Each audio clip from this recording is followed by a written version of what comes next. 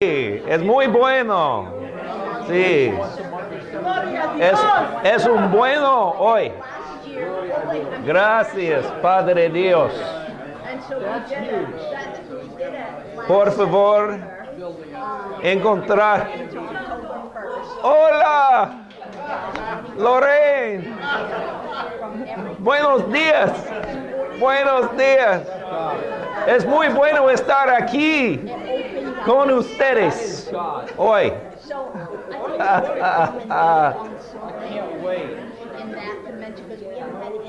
Lorraine, you can interpret for me.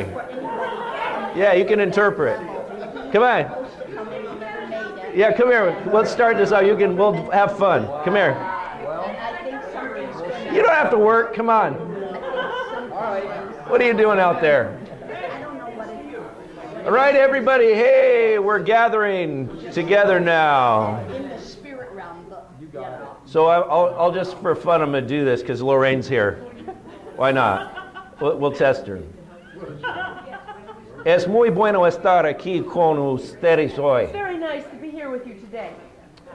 Padre nuestro que estás en los cielos, Our Father, which art in heaven, santificado sea tu nombre. hallowed be thy name. Watch, I won't be able to remember it in English. Venga tu reino, Your kingdom come. hágase tu voluntad, Your will be done así en la tierra como en el cielo. in earth as it is in heaven. Danos hoy el pan nuestro de cada día. Give us our daily bread. Y, y perdonanos nuestras deudas, And forgive our sins, ofensas, offenses, pecados, sins, como también nosotros hemos perdonado a nuestros deudores. we also have forgiven those that owe us. Los que nos ofenden, Those who offend nos us. hacen mal. Those who do us wrong. Y no nos metas, And don't put us, no nos dejas caer don't let us fall en tentación, into temptation, sino libranos del mal, but free us from evil. del maligno. From evil. Porque tú es el reino y el poder y la gloria para siempre. Amén. You are the King and the power and the glory forever. Amen. Me quiero tú, Padre. I love you, Father. Te amo, Papa. I love you. Te amo. I love you. Te amo, I Papa. love you, Daddy. Te amo, I Papa. love you, Daddy. Me quiero tú. I love you. Yo quiero tú. I love you. Te amo. I love you. Te amo, Papa. Or we could be saying, I want you also. Sí. Gracias. Want you, Father. Gracias. Well, that's what one of the words means. It means love and want. Quiero. Yes. Sí. I want everything God has for me. That's, Sí. that's what we're saying. Es bueno. Gracias, Lorraine. De nada. Buenos días. That was kind of fun, huh? Yeah. So, right. Makes you want to go to Peru. It's, yeah, all the way from Seattle. Yeah. I got this awesome revel. I'm from Seattle, by the way, the Pacific Northwest. If you've never met me before, I'm Steve McMullin. I have 4 awesome children at home, and yeah, and a wonderful wife that is the hub of our family and makes it all happen, you know. Although we give Jesus credit, but so it's really good to be here with you today. And I'm honored to be here. I'm a little sleep deprived. I've got this awesome revelation for you. You're 3 hours ahead of us. Yeah, so 12:30 in the morning at home is 3:30 in the morning here. Yeah, it's astounding, isn't it? I remember thinking that at about 3:30 in the morning, thinking, oh God, please just let me fall asleep. But it's good to be here with you. And I mean that in the sense of it's an honor and it's a joy to be together with family. And even though some of us don't know each other really well, I think when we get together that it's extremely powerful. It's kind of like the principle of a father being there for his children. A huge part of the mission, a huge part of what we're called to do is to show up and just be there. Yeah.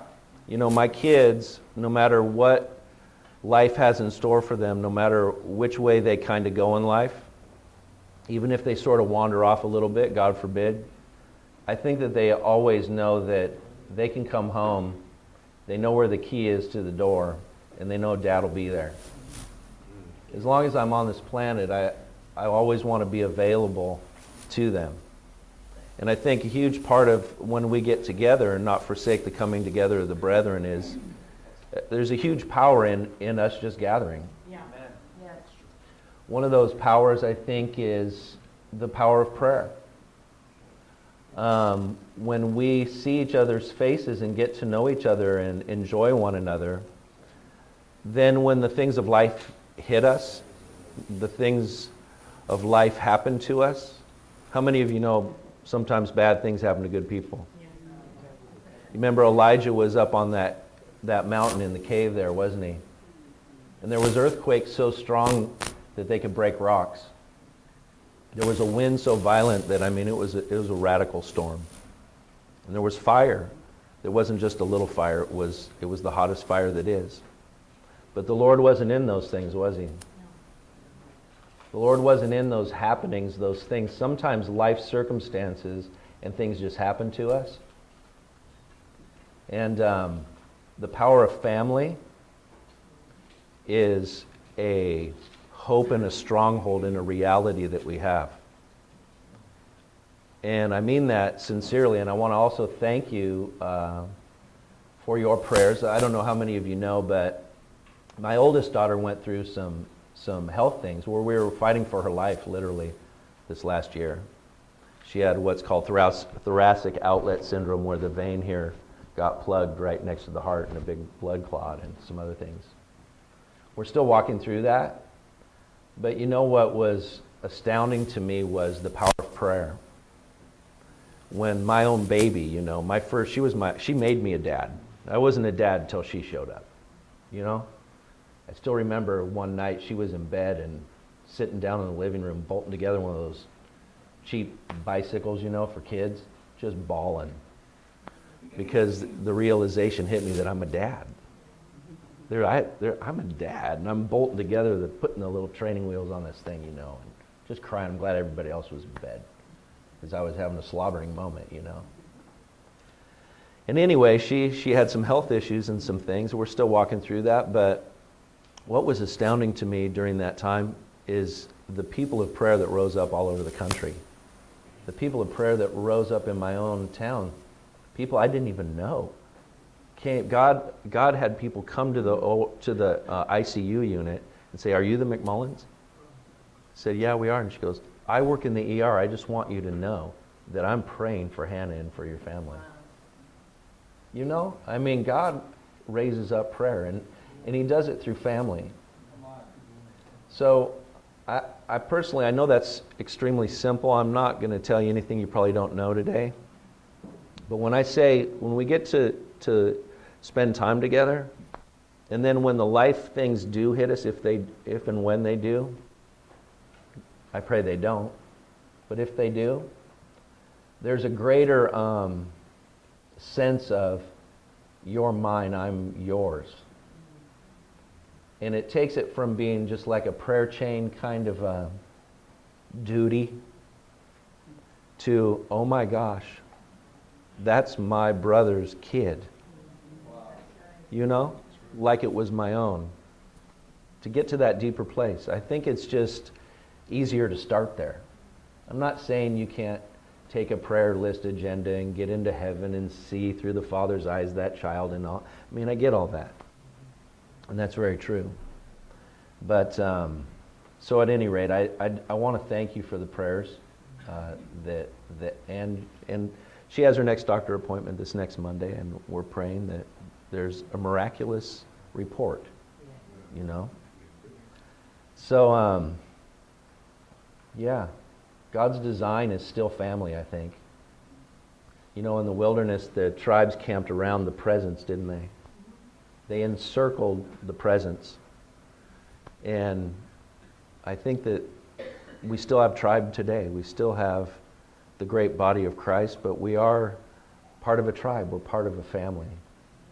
And I'm eternally grateful to be a part of not only his body, but of the I.A.M. tribe and the I.A.M. family. I'm really very glad that Papa Wayne is here on planet Earth still. And I mean, Wayne, I am so glad that you are still here. I mean, from Steve to you, if nobody was here, I am so glad that you're still here. I'm sure you probably feel the same way. You know, it was Father's Day at home, and pastor a little church on our property. It's called Kingdom Praise Church, and we had guest ministries that day. John and Jolene Hamill were with us. I don't know if you know them. But, and they were already there. And you know, I was supposed to be down tuning up the guitar and getting ready to rock and roll for Jesus and all that, you know, and get things going. And I was a little behind. And it was that morning in the shower, I was getting ready, and just not to give you that picture, but you know, I'm getting ready, and please forgive me. And I'm in there getting cleaned up for church, and I hear very clearly, I hear, what would you do if your fathers were taken from you? And you know, you're all lathered up and standing there, and it's one of those things when you're at, you go, like, you know, it's one of those things that God says sometimes, and I'm sure it's a very valid question because he asked. And I didn't have an answer. I don't know that I still have an answer. Maybe part of the reason is I don't want to look at that so much. I guess in my heart I might go to the place of like, well, I guess I'd like to be like Elisha. So when that time comes, I'm positioned correctly, and they're saying, don't you know that your father will be taken from you today? Oh, yes, shut up. I got my eyes in the right place, and you know, and as the mantle falls from heaven, I pick it up and strike the waters, and where is the God of my father?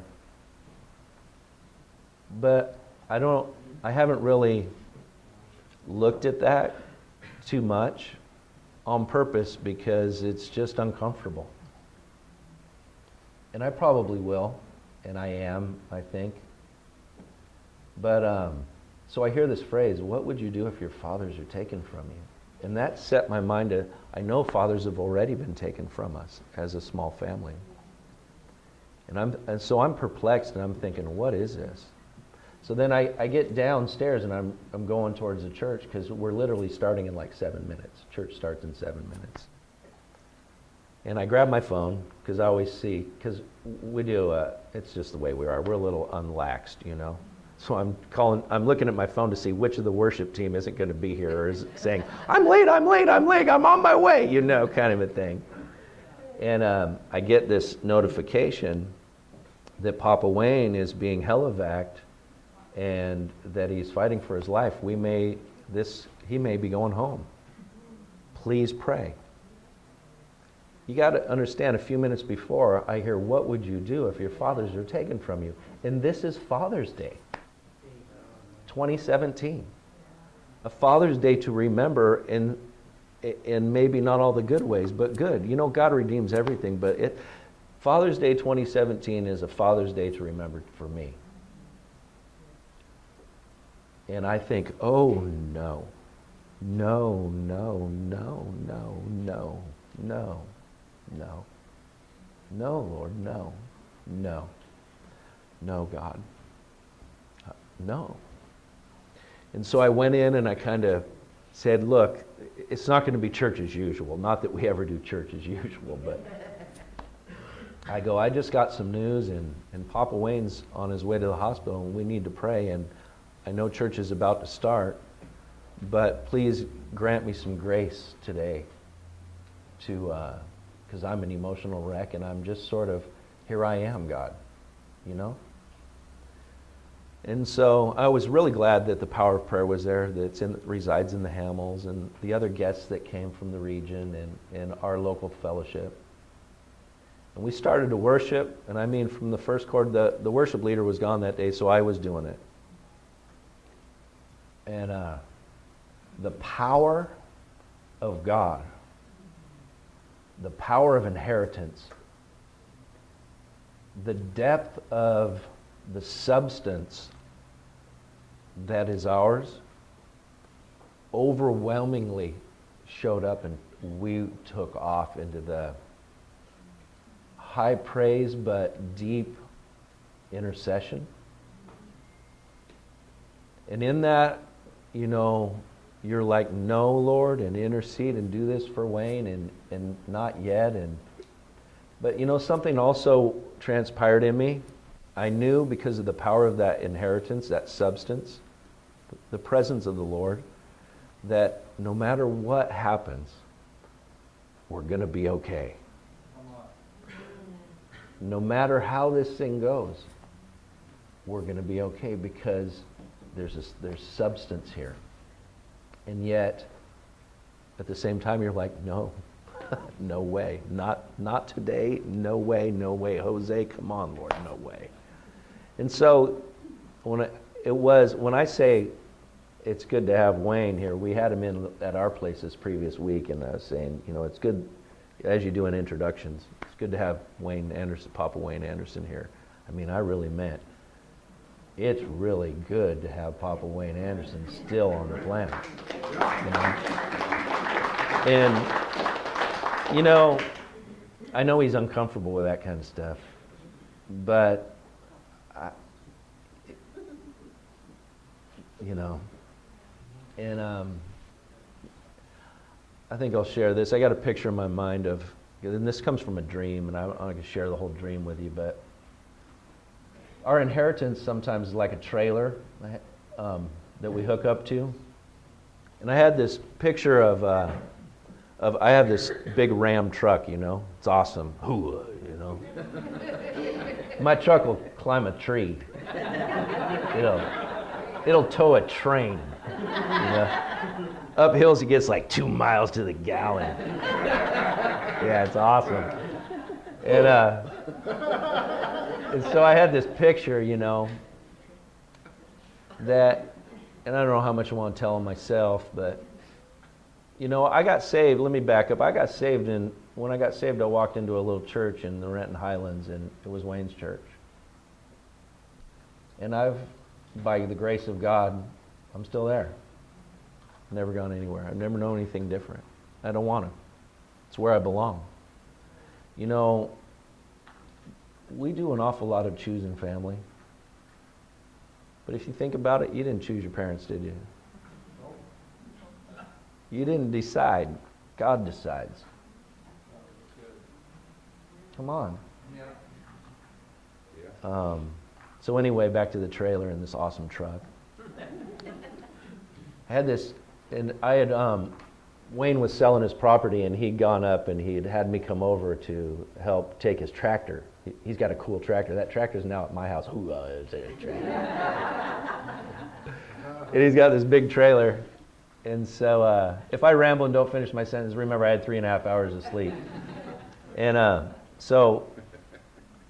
and I'm being cautious here because I don't know how much I want to spill the beans, but so I have this inheritance hooked up to my rig, and I start moving, and the trailer itself weighs so much that it has the power to keep moving all on its own. And I'm moving, and I remember my wife was in between it, and I'm where it would be dangerous to be in between. And I'm like, honey, you need to move aside there so that you're not hurt, because this thing's starting to move.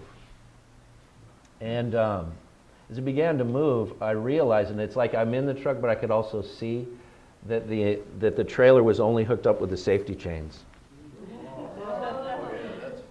And then I needed to hit the brakes so I could hook up correctly. And if you know anything about trailering, gals, bear with me.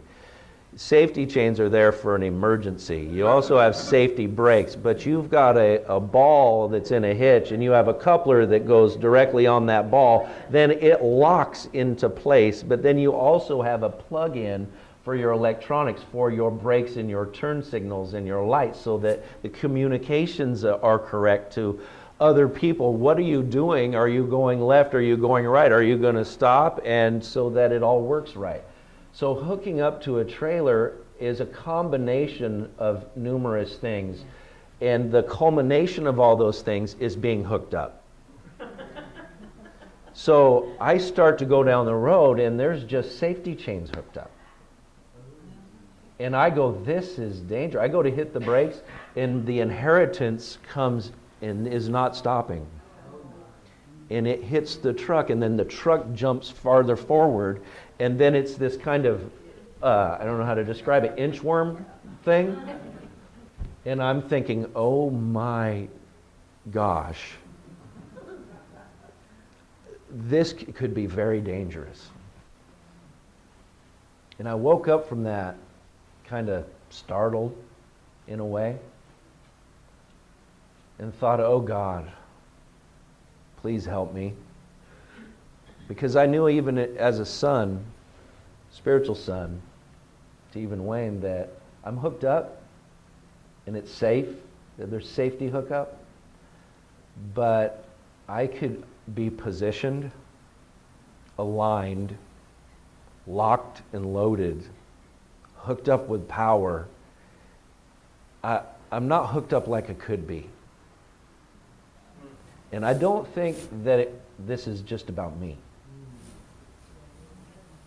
I don't think it was just about Steve. I think that sometimes we need a startling thing to realign us, to wake us up. You know, in 2001, where I live in the Seattle area, we had a pretty good shaker. We had a good earthquake in 2001. And I remember I lived in a house that was on a little lake. And I remember prior to that, I think we were upstairs or something, and boy, we had ministry people over, and we were planning how to save the world. You know, whatever we were doing, it was really important. I mean, it was tremendously important.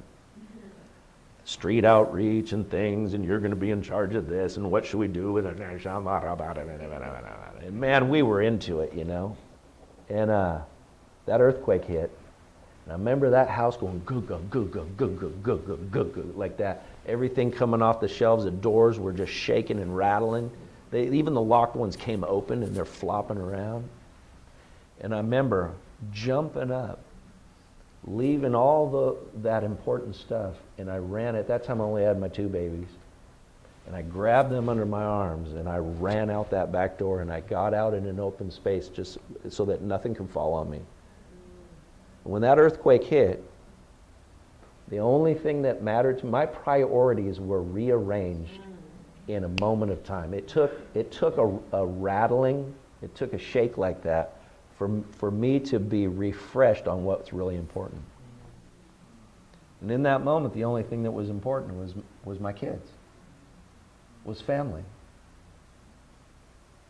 And I remember thinking, oh Lord, don't let me ever forget this. But I sort of drift away, you know? And so that's for free. I was thinking too of, remember Queen Vashti in Esther, in the book of Esther? See, Queen Vashti was beautiful, wasn't she? She was gorgeous. She had regal royal splendor. And she was in the king's palace. And the king he's partying, man. The king liked to party. He liked a good party. And the time came to gather. The time came to say, hey, will you come closer? But you know, Vashti she was too involved in her own ministry. She was too orientated towards what she was doing. She was having too much fun, and what she was doing wasn't bad. What she was doing was good. What she was doing was awesome. But you see, the time came when the voice came, it's time to get tight. It's time to come close. It's time to draw near. And Vashti couldn't do it.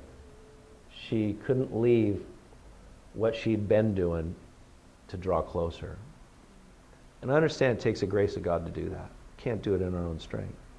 But when all these things sort of happen, I'm thinking, oh Lord, take all the Vashti crud. I'll use the word crud. It's not the word I use. Take all that Vashti stuff out of my heart if it's in there. Let it be a wake-up call in a good way. And so that we come together. And you know what I'm saying? Does that make sense to you? Esther, on the other hand, you know the story as well as I do, but I don't know. You know, the book of Esther is an awesome book, isn't it? That's right. It reveals a lot of strategies of family, adoption.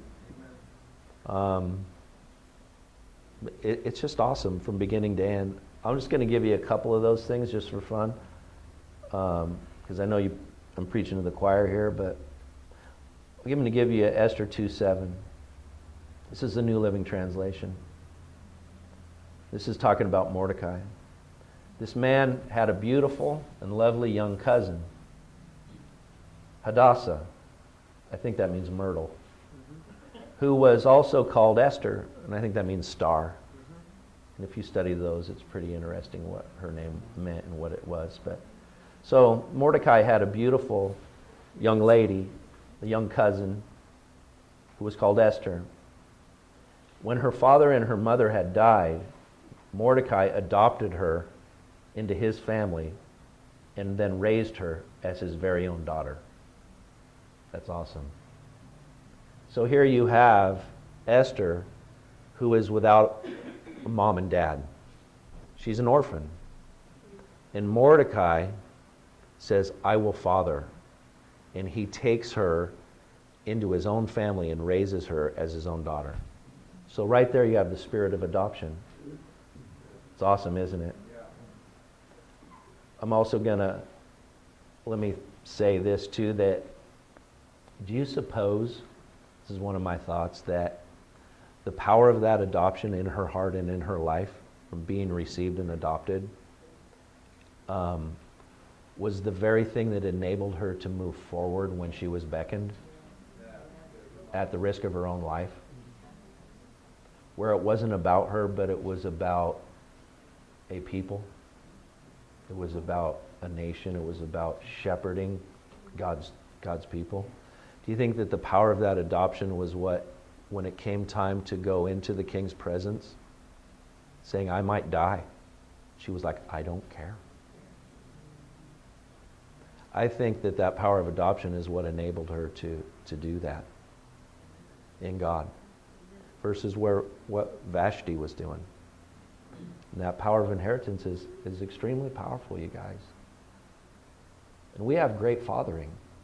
Let me give you another verse from the book of Esther. This is about fathering. In Esther chapter 2, verse 11, it says this: every day, Papa Mordecai, I added Papa. It's the new M version, new McMullin version. I got a bunch of them. But every day, Papa Mordecai would take a walk near the courtyard of the harem to ask about Esther and to find out what was happening to her. Wow. So here you have a father who would get up every morning and take a walk. And he would think about his adopted kids. And his heart was, I wonder how they're doing. I wonder how they're doing today. That's powerful, you guys. Listen, we're not all perfect, but God looks at the heart. I know we have a treasure of just such a thing in our lives, available to us. Do you understand? Every morning. So that's love directed. You know, love without an object to be bestowed upon isn't really love, is it? It's just something we call love. But when a dad gets up and thinks about his children, or a papa gets up and say, I wonder how my adopted are doing today. and sends that love that direction, man, it'll change this world. It will change this world. It will engage us in the things that Rich was talking about last night. It enables the power of that to come forth. Let me give you verse 19 of that same chapter too. Even after all the young women had been transferred to the second harem, and Mordecai had become a palace official. So now Mordecai has become a palace official. That in itself is pretty cool. You understand in this story, in this word picture here, that the father Mordecai is sort of in the background. We always sort of pay attention to Esther. We always sort of pay attention to the king. We pay attention to a lot of different things, but you understand that there's behind all that is the heart of Mordecai. Yeah? Does that make sense to you? Yeah. So here she's made it. She's been transferred to the second harem. Mordecai had become a palace official. In verse 20, Esther continued to keep her nationality and her family background a secret. Whoa, she could keep a secret. She's better than me. I love that though. And check this verse out. This is what I'm getting to. She was still following Papa Mordecai's orders, just as she did when she was living in his home.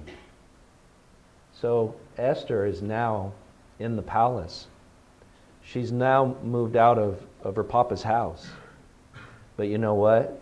She was still following Papa's orders, just as she did when she was living in his home. It's powerful, you guys. It's powerful. Come on, how often do we kind of get a Vashti heart? Where now I'm moved out, I'm on my own. I got this awesome ministry pumping and thriving, and woo, we're filling the seats and everything's going, woo, yeah, we're rocking it now. And then there's the knock, there's the voice, you know, hey, safety chains only. You know, am I conveying? Yeah. This isn't a guilt trip. This is a love fest. I don't know how to put it. I mean, my heart, my prayer, if I run out of time, is that our time together this week would be that I am in your space enough, and you're in mine, to where I'm refreshed about you. I'm asking God to do a love miracle in my heart and in our hearts. And here's what I mean, so that when I'm back home, I legitimately and honestly miss you. That takes God to do that. But I'm asking God to do a love miracle. So that when I get home, I'm like, dang. Not dang in a bad way, but dang. I miss Dave. I hardly even know Dave. But I know Dave. And Lord, what'd you do? What did you do in there, God? Did you answer my prayer? Because I miss him. Come on. I miss Tim. Tim, by the way, you know, this man here had a heart for the season and said it's time to gather again as family. It was in this man's heart. God put it in this man's heart right here to communicate. Man, you know what? It's family time. It's time. He sounded the horn because of God's heart in him. And I think, I'm just, thank you for your heart and your obedience and just that stuff. Yeah. She was still following Mordecai's orders just as she did when she was living at home. Let me give you verse 21. One day as Mordecai was on duty at the palace, two of the king's eunuchs, Bigthana and Teresh, who were guards at the door of the king's private quarters, became angry at King Xerxes and plotted to assassinate him, but Mordecai heard about the plot and passed the information on to Queen Esther. She then told the king about it and gave Mordecai credit for the report. When an investigation was made and Mordecai's story was found to be true, the two men were hanged on gallows. Wow. So Mordecai, it's not one day Mordecai was on duty. Mordecai's on duty every day. But one of those days that he is on duty, there is a conspiracy, a plot that he hears about and he makes it known. And he conveys it to his adopted child who is positioned where she needs to be. And the adopted child goes in at risk of her own life and says, this is the word of the Lord, if you will. But she doesn't just leave it there. She also gives credit to her father and said, Mordecai sent me, if you will.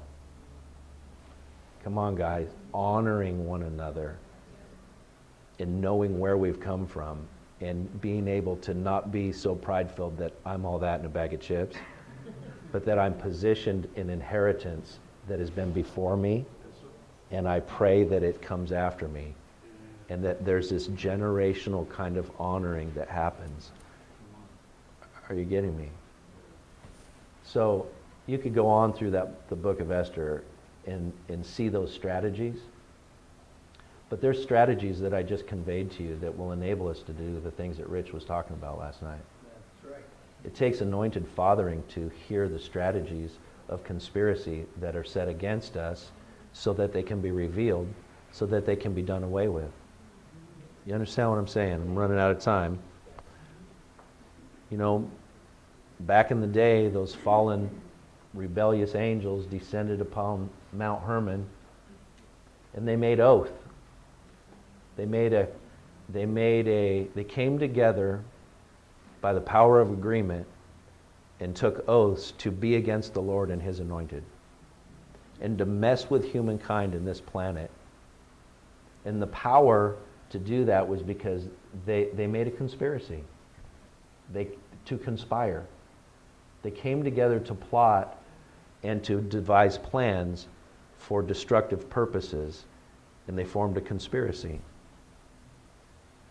And Mordecai was in position correctly to understand and hear and see those very conspiracies.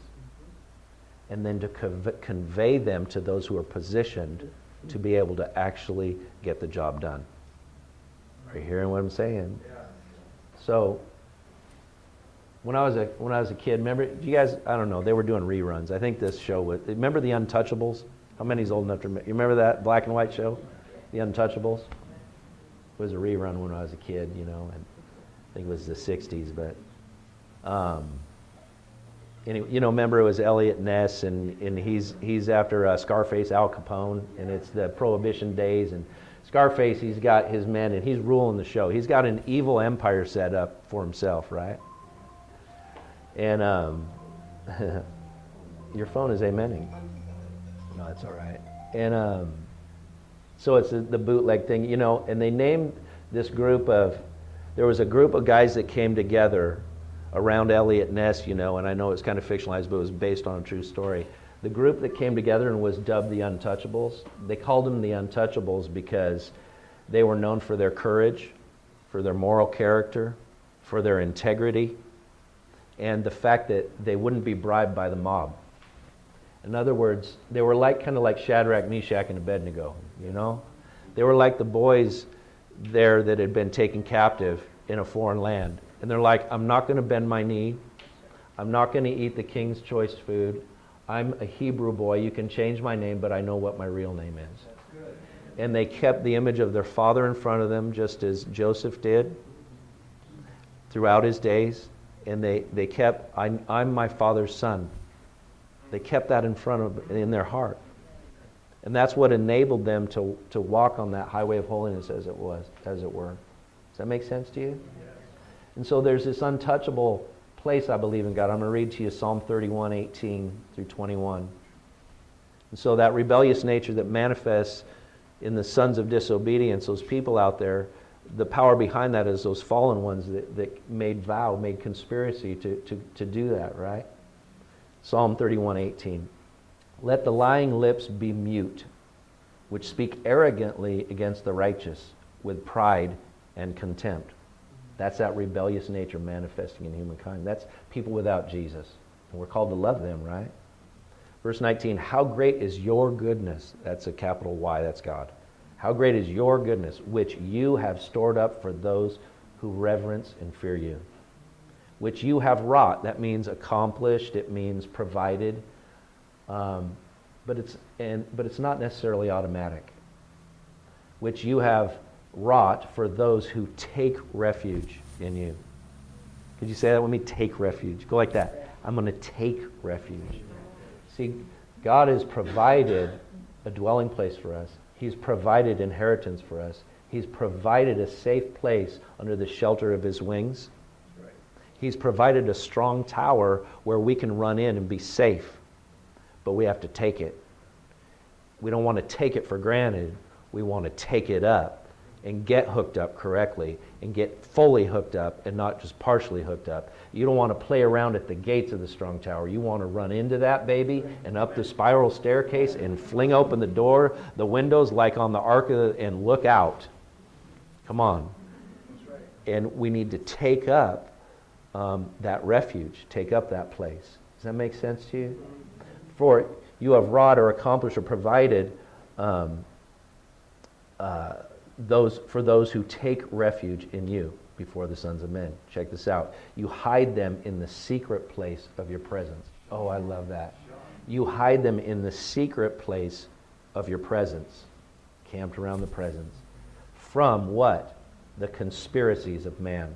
You hide them in the secret place of your presence from the conspiracies of man. The root word for conspiracies there is bind, to bind up. The binding power which are conspiracies against. You shelter us, you hide us in the secret place of your presence from the binding conspiracies of men. You keep them secretly in a shelter from the strife of tongues.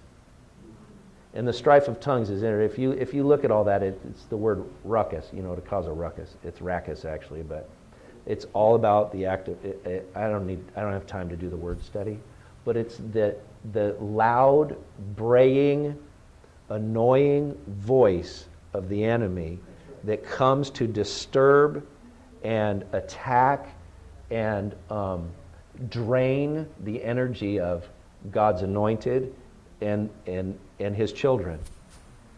And God has provided a shelter for us from that. Come on. I want to give this to you real quick, that the shout against us in life can get pretty loud at times. I'll read to you. This is about Samson. In Judges 15, 12 through 19. Then they, the men of Judah, said to him, "We have come down to bind you." There's the conspiracies. So they're coming to get Samson. "We have come down to bind you up, so that we may give you into the hands of the Philistines." Samson said, "Swear to me that you won't hurt me or kill me." And they said, "No, but we'll bind you fast and give you into their hands. Surely they will not kill you." Then they bound him with 2 new ropes and brought him up from the rock. Verse 14. When he came to Lehi, and Lehi means jawbone, okay, or cheek, but it means jawbone. When he came to jawbone, the Philistines shouted as they met him. There's the sound of the rebellious. There's the sound of anti. There's the sound that is against. Are you hearing me? And the Ruach, capital S, Spirit, the Holy Spirit, the Ruach of the Lord came upon him mightily, so that the ropes that were on his arms were as flax that is burned with fire, and his bonds dropped from his hands.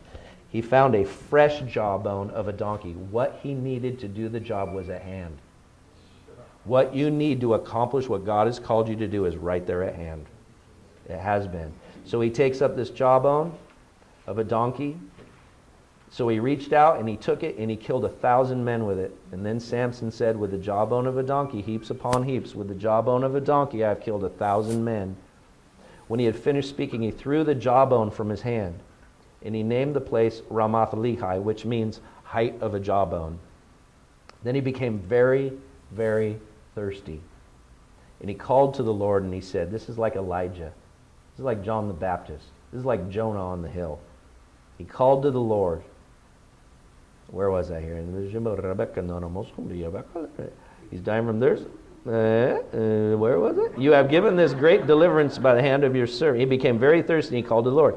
"You have given this great deliverance by the hand of your servant, and now shall I die of thirst and fall into the hands of the uncircumcised?" Check this out. Here's what I want to get to. But God split the hollow place that is in jawbone, so that water came out of it. And when he drank of it, his strength returned, and he revived. Therefore he named it En Hakor, which means spring of the one calling, which is in jawbone to this day. So God split the hollow place. If you look at the word split, it means to cleave, it means to break open or break through.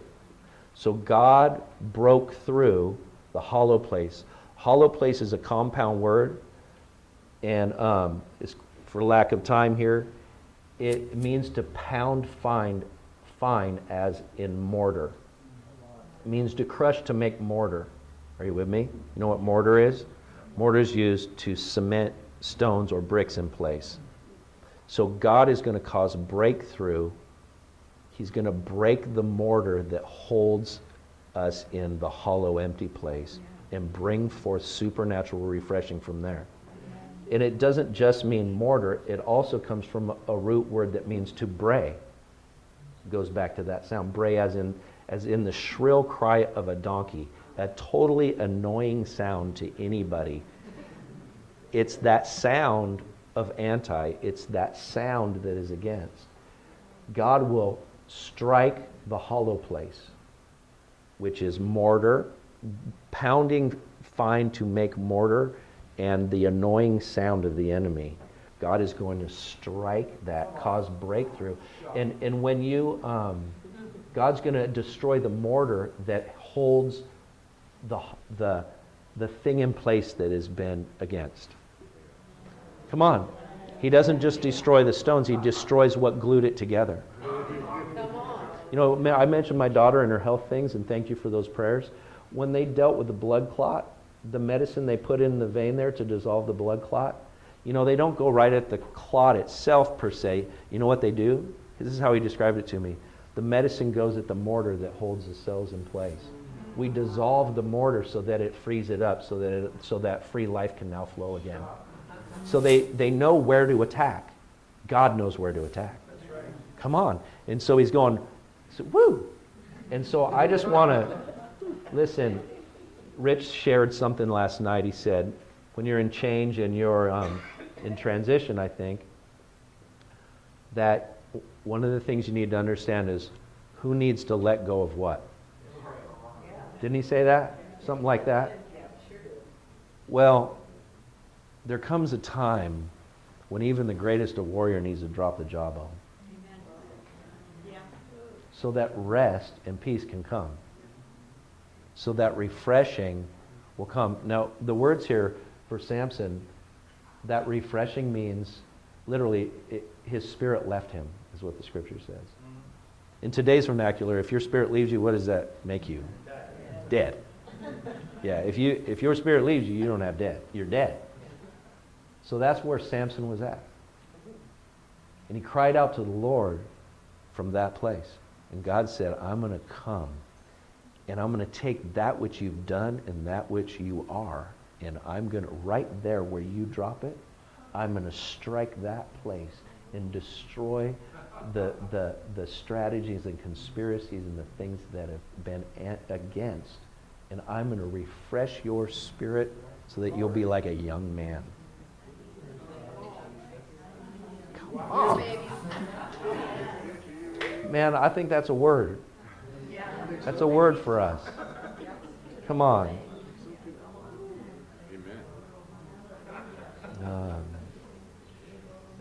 Got a couple more minutes, so I had this picture too of, you know, Jesus on the cross, and he's there, and you know that, is it Psalm 22? You know, my Father, why have you forsaken me? And there's this picture in that psalm of, like, it's not the lions and tigers and bears, but it's the lions and bulls and dogs. But it's this picture of Jesus on the cross hanging there, and it talks about, he says, the bulls of Bashan have encompassed me and they're pressing in. They want to devour me. Even the bulls of Bashan. There's a press. And it's this picture, I had this picture, you know, when I was thinking about this morning of Jesus took, well, this is kind of crude, but he's like the the giant Hoover vacuum of everything. And he took all the venom, all the hatred, all the plots and devices of the fallen ones that are manifesting through the sons of death. He took all that into himself when he hung there. And it was like those bulls of Bashan that are pressing in on me. I'm going to turn them around, and I'm going to establish my cleansing and my glory right on that. And I'm going to impart this truth to my people who will change this world. Are you hearing what I'm saying? So, if you understand that the bulls of Bashan was a place that Og, the king Og, who was a Rephaim, a giant, he lorded over that place. But God gave that land into the hands of his children. Do you know that in the Old Testament, the big bronze laver sat on what? 12 oxen, 12 bulls. And it's like Jesus was showing me, that which used to press in on me, I took it all into myself, and I've turned it all around. I've turned all the bull around for your good. You fill in the blank. And you know that the very cleansing laver sat on bulls that faced outwards, not in. And then you went to the holy place. Then you went to those places. But the whole thing, your cleansing, what we cleanse ourselves in is that laver of turnaround. Jesus has turned it around. Does that make sense to you? You know, King Ahaz, he had a lot of issues. Pride, ego, vanity, all about him. He was kind of like Vashti. But he wouldn't trust in the Word, and he wouldn't trust in the voice of the fathers. He only trusted in temporal things, and what he was about himself. You know what Ahaz did? He took the bronze laver and he sawed it, he cut it off of the oxen, and he put it on pavement of man. You know that? Ahaz took the turnaround, the supernatural turnaround of Jesus, and he put it on a foundation of natural man. And now he's going to try and go out and do the church thing, or the things Rich talked about. We're going to go change this world in our own strength, with our own wisdom, with our own ability. And we've got to be cautious to learn from that lesson. Wait a minute, Jesus turned this thing around. And he put that laver on those bulls for a reason. Because he's turned it all around for you and I. And I don't want to be found in any way in my life removing his turnaround to place it on my concept of what it should be resting on. And letting go of the jawbone is hard. I'm sure it was hard for Samson, but he had no choice anyway. Samson's Samson. It's like a leopard. You're not going to change his spots, right? A leopard is a leopard. A lion, come on. Samson, Gates, Hills, whatever. Samson. Samson's not going to go. Samson's not going to stop being Samson. But he needed to know what to let go of for right this moment. Yeah? So that greater could come. Does that make sense to you? So I had that. I also had the picture of 2 minutes here. I got. With one of the other pictures was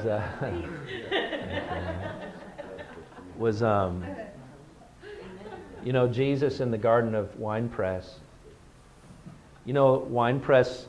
It's interesting. Remember the young faithful guy who was beating out the wheat in the winepress, Gideon.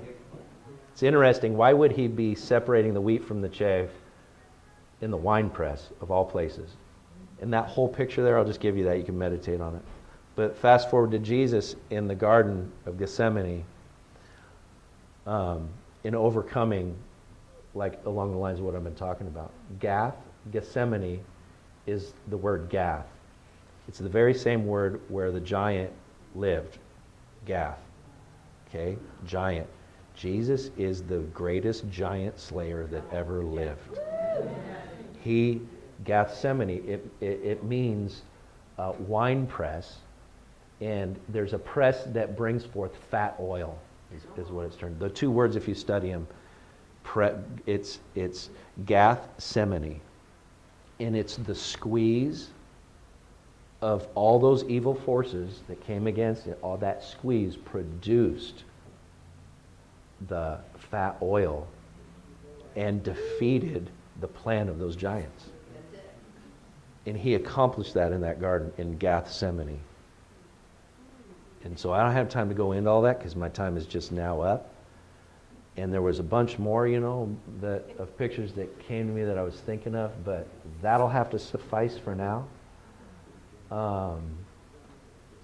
So, yeah, I don't know. I don't know what to do with that, but yeah. Inheritance. And those plans to undo those conspiracies that are set against the Lord and His anointed, they're going to be granted to our fathers and us as fathers. And let us cleanse our heart of the Vashti stuff, and let us move forward as adopted ones, even at the risk of our own life, not in our own strength or ability, but in His. You know that the foundation of the temple of God was put on Ornan's threshing floor. Upon the revelation that David had, that the battle belongs to the Lord, and if I assess my own ability and strength to get the job done, then I've fallen. And it angered God. And even though the credit goes to David for building the temple, it was built by a man of peace, and it was built by sonship. Yes. Solomon is the one who put the stone in place and put the foundation in place, and the building went up. So the very foundation and cornerstone is laid upon the revelation that it is all established in rest and peace. You say, how does that equate with what, like Rich was talking about, we're warriors, we got a great job to do. I know that the foundation is upon rest and peace. And when we, let me just say this real quick. Rest and peace in God's kingdom is not inactivity. Right. It's not siesta. It's no es siesta. Comprende? So rest and peace means something different than probably what we tend to take it as. Because God rested on the seventh day, but He has not stopped moving. And His kingdom is coming, and His government is being established. And there's a lot going on. Heaven is not quiet. And therefore, either is this earth realm where we are bringing heaven to it. Does that make sense to you? Yeah. So maybe where we need to let go for a moment to be refreshed. And when I talk about rest and peace, that's not contrary to what Rich was saying. If we have ears to hear how that all comes together. Does that make sense? My time is up. Listen, I wish I had some more time because I just sort of skipped like a rock across the top of some, But thank you for bearing with me in my sleep deprivation. And bless you. In the name of Jesus Christ, may the substance of inheritance be in you, upon you, and may you joyfully give it away. May those who are allotted to your charge be the recipient of the gracious, wonderful things that God has put in you and put on you to give away. Be fathers, be moms, be dads, be children too, be adopted. Rejoice in your adopted status because you'll inherit the kingdom and you'll inherit this earth. Thank you. Thank you, God. Thank you. Amen. Amen.